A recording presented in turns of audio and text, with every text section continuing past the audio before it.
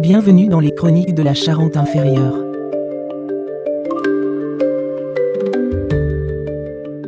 C'est assez fou quand on y pense. Il faut s'imaginer un instant un politicien local qui essaye d'étouffer un scandale de corruption et d'abus de pouvoir.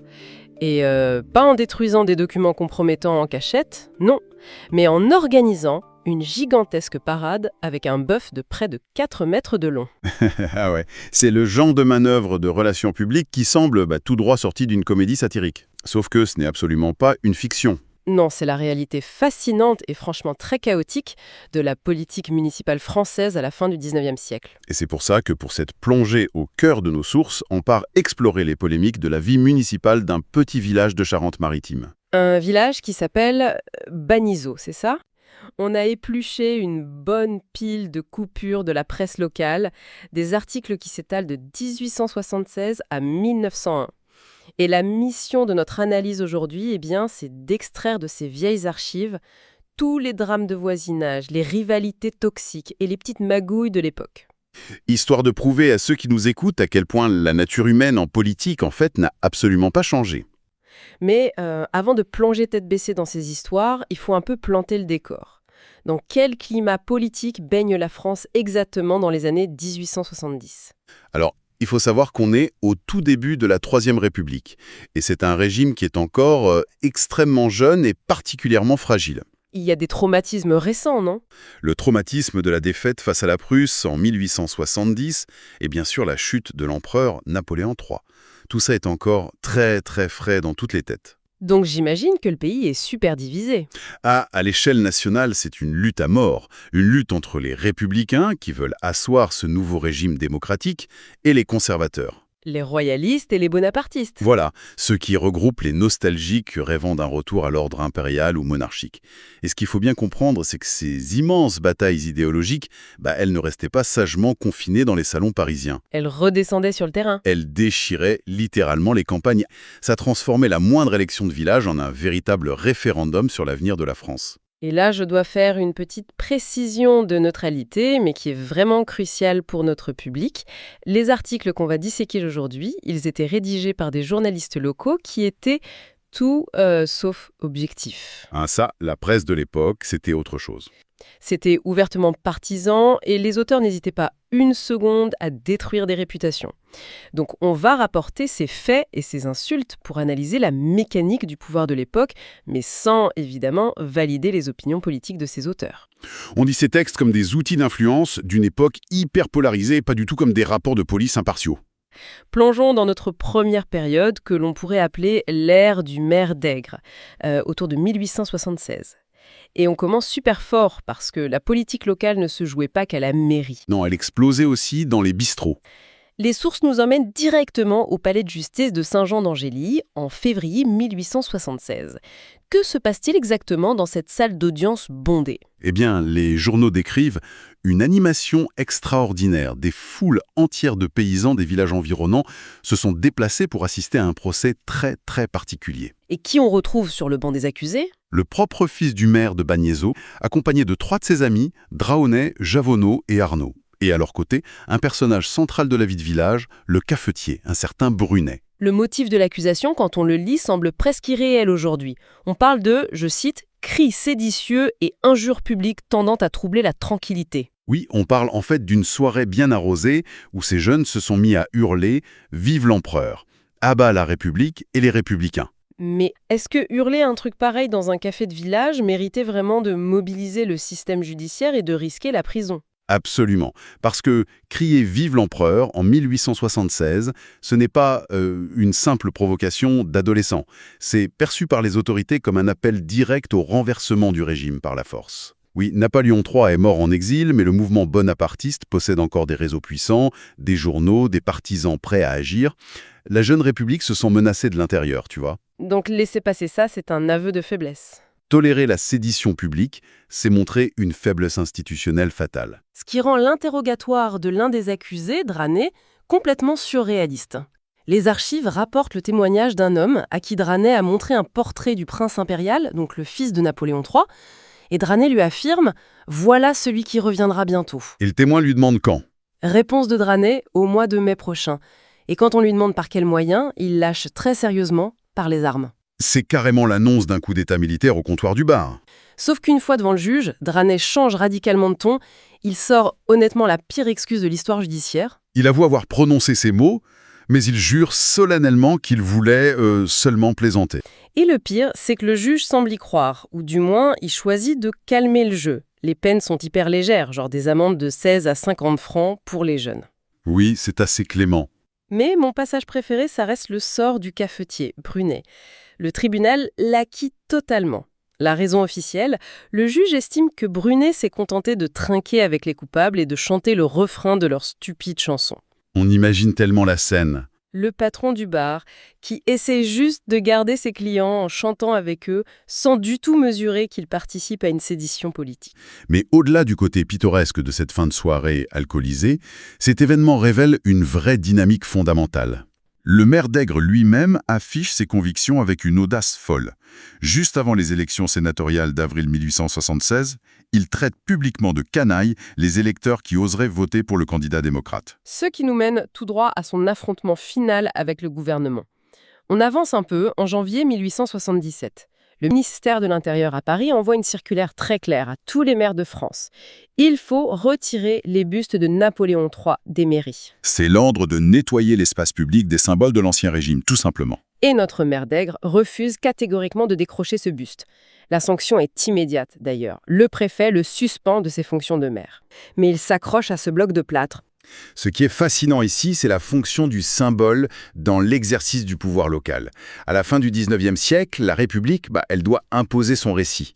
Elle installe des bustes de Marianne et la devise liberté, égalité, fraternité sur les frontons pour bien signifier que l'État républicain est le seul maître. Pour d'Aigre, conserver le buste de l'empereur, ce n'est pas de la déco intérieure, c'est une vraie déclaration d'indépendance.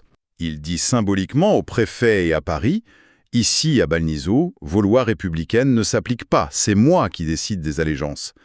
C'est l'éternelle lutte du potentat local contre l'autorité centrale. Et il paye le prix fort de cette résistance têtue. Parce qu'aux élections suivantes, en 1878, un certain Monsieur Christin devient le nouveau maire conservateur. La suite de nos sources nous fait changer de dimension. On saute carrément 10 ans plus tard. Fini les grands débats sur l'Empire. Avec l'arrivée d'un nouveau maire en 1888, un certain Monsieur Lovard, on découvre la mécanique brute et assez intemporelle de la petite corruption de proximité. Et les archives changent de ton de manière super spectaculaire. Un article publié en avril 1888 nous offre une attaque en règle contre ce fameux maire Lovard. Le vocabulaire du journaliste est fou. D'une violence extrême. Dès l'introduction, il traite Lovard de solennel farceur et l'attaque porte sur une décision municipale qui, en apparence, semble complètement banale. La régulation de la circulation routière. Lovard vient de publier un arrêté qui interdit le stationnement des voitures dans les rues de Balnizeau. Mais le lendemain même de la mise en place de cet arrêté, qui est verbalisé par le garde champêtre, le courtier de la laiterie de Néré, une commune voisine. Et l'article précise bien que ce courtier payait ses taxes et que sa charrette laissait 3 mètres libres sur la route. Il ne gênait absolument personne. Alors pourquoi déclencher l'arsenal répressif municipal sur un simple livreur de lait ? Eh bien, pour comprendre l'ampleur du scandale, il faut expliquer un peu le fonctionnement économique de la région à cette époque. Dans les années 1880, la Charente-Maritime vit une véritable révolution agricole avec l'apparition des laiteries coopératives. Et le travail d'un courtier en lait, ça consiste à passer de ferme en ferme, avec une charrette tirée par des chevaux, pour récupérer de très lourds bidons de lait. S'il ne peut pas stationner juste devant les fermes, il doit porter des dizaines de litres sur de longues distances. Interdire le stationnement rend techniquement et physiquement son travail impossible. Et c'est là que l'article révèle le conflit d'intérêts le plus flagrant qu'on puisse imaginer. Le journaliste dévoile que le maire Lovard est l'un des principaux actionnaires de la laiterie coopérative de Mata. Qui est l'exacte concurrente de la laiterie de Néré. Mais oui, Lovard a utilisé la signature de la mairie et les amendes de sa propre police municipale pour détruire physiquement l'approvisionnement de la concurrence. Pour transposer ça aujourd'hui, c'est comme si un maire publiait soudainement un arrêté interdisant tous les food trucks dans le périmètre de sa ville et qu'on découvrait 3 jours plus tard qu'il possède le plus grand restaurant de la place centrale. Si nous relions cela à une perspective plus large, L'indignation du journaliste cible vraiment la trahison des idéaux républicains. Il pointe l'hypocrisie de ce maire qui, je reprends les termes exacts de l'article, s'est présenté au suffrage de ses concitoyens en hurlant les 3 mots fatidiques « liberté, égalité, fraternité ». Or, Lovard détruit la liberté de commerce et l'égalité des chances économiques par pur intérêt personnel. Et l'hypocrisie va encore plus loin. Avec une autre anecdote assez savoureuse, le journaliste souligne que le Var avait récemment obligé tous les habitants à nettoyer minutieusement les chemins devant chez eux.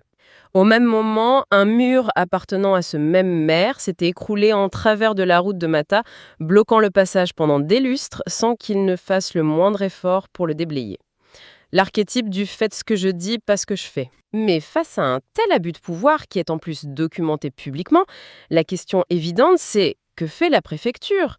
Comment l'autorité de l'État peut-elle laisser un maire gérer la circulation uniquement pour enrichir sa propre lettrée? Alors là, le journaliste nous livre une analyse super cynique des rouages du clientélisme politique de la Troisième République.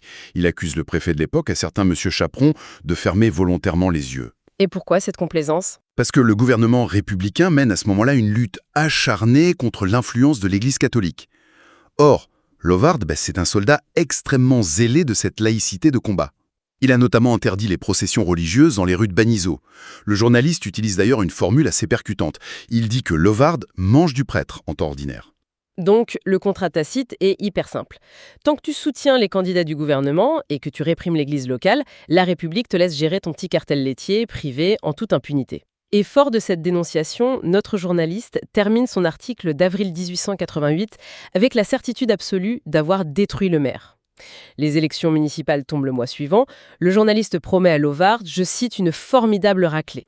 Il annonce que le maire va disparaître politiquement au milieu des rires et des cris de joie de ses concitoyens, enfin libérés. Eh bien non, pas du tout. Les archives nous offrent un retournement de situation magistral qui nous force vraiment à questionner la réalité décrite par ce journaliste. C'est là que ça devient vraiment intéressant. Parce qu'on saute 4 ans plus tard, en juin 1892, les résultats des nouvelles élections municipales sont publiés. Et le grand vainqueur, qui est réélu confortablement, s'appelle Monsieur Louvard.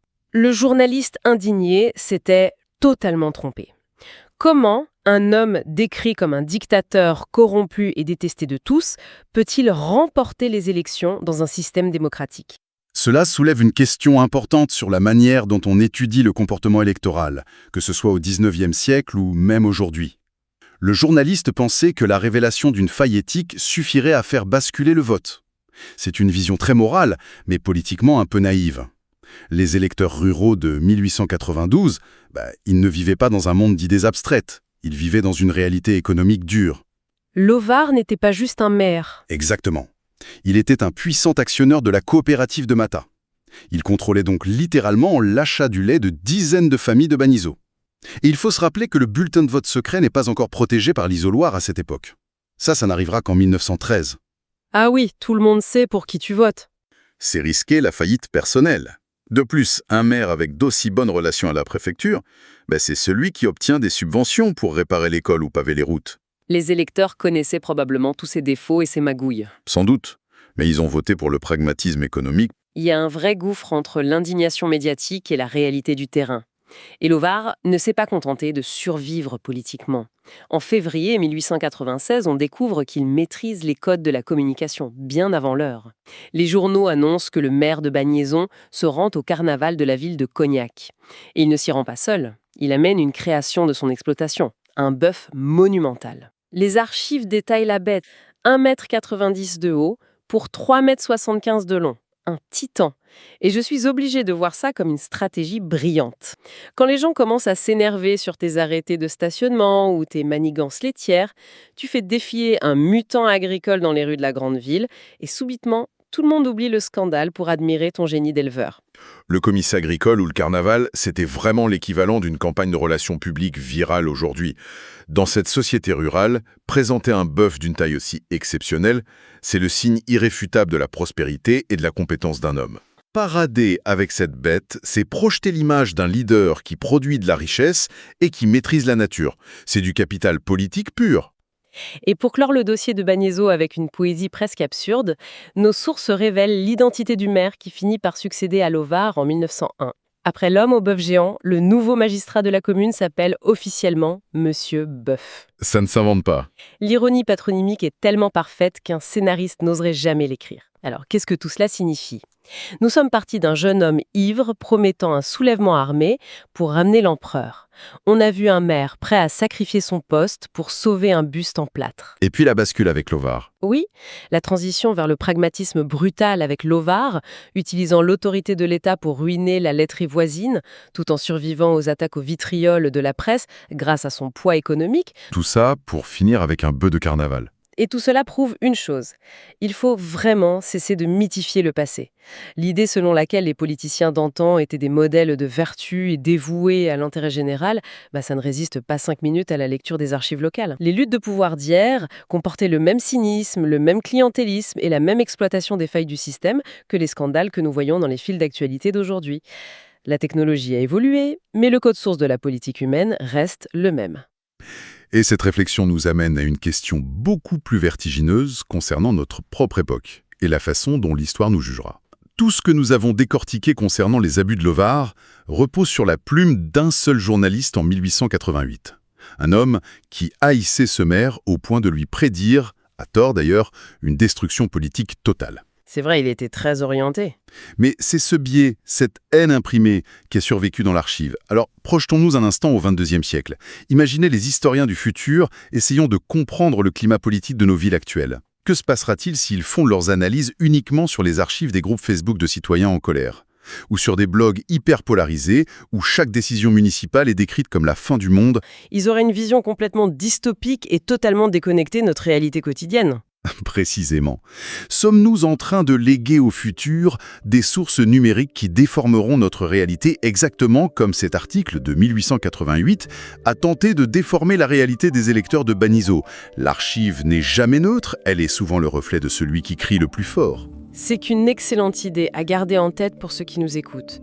La prochaine fois qu'on tombe sur une polémique enflammée concernant un arrêté municipal ou un politicien local. Ce qui semble être un drame historique aujourd'hui finira peut-être comme une simple anecdote amusante dans 100 ans. Surtout si l'histoire implique un bœuf géant.